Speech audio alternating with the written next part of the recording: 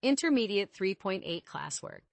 In this activity, you will explore the concept of dictionaries in Python, which are collections of key-value pairs. Here's what you'll be doing. 1. Understanding dictionaries. You will learn what a dictionary is, how it functions, and the significance of key-value pairs in organizing data. 2. Creating your own dictionary. You will practice creating dictionaries by mapping items to their prices, such as those found in a café menu. You will also learn how to define an empty dictionary that you can fill in later.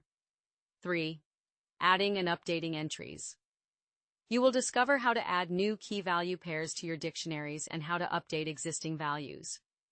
This includes methods for adding multiple entries at once. 4. Practicing with various examples.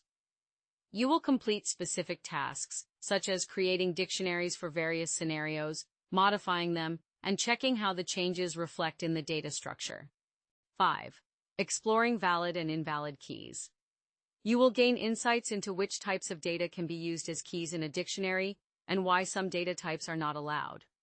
By the end of this activity, you will have a solid understanding of how to create and manipulate dictionaries, enabling you to effectively handle various data types in your Python programs. Enjoy your journey into the world of dictionaries.